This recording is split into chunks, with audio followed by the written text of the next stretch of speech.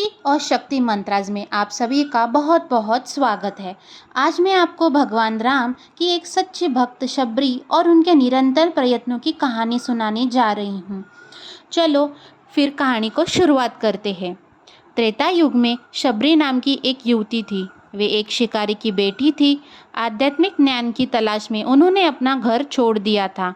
कई दिनों की यात्रा के बाद वो पंपा झील के पास ऋषि मुख पर्वत की तलहटी में ऋषि मतंग से मिली। शबरी ने उन्हें अपने गुरु के रूप में स्वीकार किया और कई वर्षों तक पूरी भक्ति के साथ उनकी सेवा की।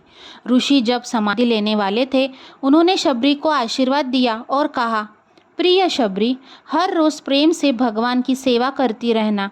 फिर एक दिन भगवान श्री राम तुमसे मिलेंगे और तुम्हें मुक्ति प्रदान करेंगे।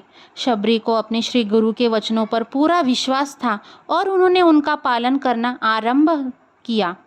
वे प्रभु श्री राम आने की प्रतीक्षा करने लगी। वे हर दिन सुबह उठकर सोचती थी कि क्या भगवान आज आएंगे। वे आश्रम के सभी दैनिक कार्य करती रही और फिर अपने सभी कार्यों करने के बाद वे भगवान के आगमन हेतु आश्रम को फूलों से सजाकर तैयार करती। वे हर एक दिन आश्रम से बाहर जाकर भगवान के लिए बेर तोड़कर लाती। वे हर एक बेर तोड़ती, उसे चखती और यदि वह बेर मीठा होता तो उनसे अपने कटोरों में रखती और यदि वह बेर खट्टा या कड़वा होता तो उसे फेंक देती। वे भगवान को केवल मीठे बेर ही अर्पित करना चाहती थी। पौधों से काटे और रास्ते में पत्थर हटाने में वे घंटों बिताती ताकि जब भगवान उनसे मिलने आए तो कहीं उन्हें कोई काटे न चुभे या पत्थर से चोट न लग जाए। हर रोज सारे काम पूरे करने के बाद वे बैठकर भगवान का नाम गाती और बड़ी आतुरता से उनके आने की प्रतीक्षा करती। शबरी बड़े भक्त भाव के साथ यही करती रही। उनकी पूजा वे भगवान राम को याद करने में इतनी मग्न रहती थी कि उन्हें पता ही नहीं चलता था कि कितने दिन, महीने और साल बीत गए।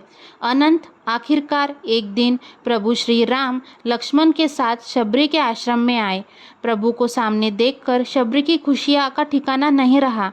उन्होंने अपने आँख पर विश्वास ही नहीं हो रहा था। उन्होंने प्रभु श्री राम को बेर अर्पित किए, केवल मीठे वाले जो उन्होंने पहले से ही चक्कर चुने हुए थे। भगवान ने बड़े ही प्रेम से बेर खाए और शबरी को आशीर्वाद दिया और उन्हें प्रभु श्री राम का शाश्वत निवास स्थान वैकुंठ धाम प्राप्त हुआ। मेरी कहानी अच्छी लगी हो तो मेरे चैनल को लाइक कीजिए, शेयर कीजिए और सब्सक्राइब कीजिए। धन्यवाद।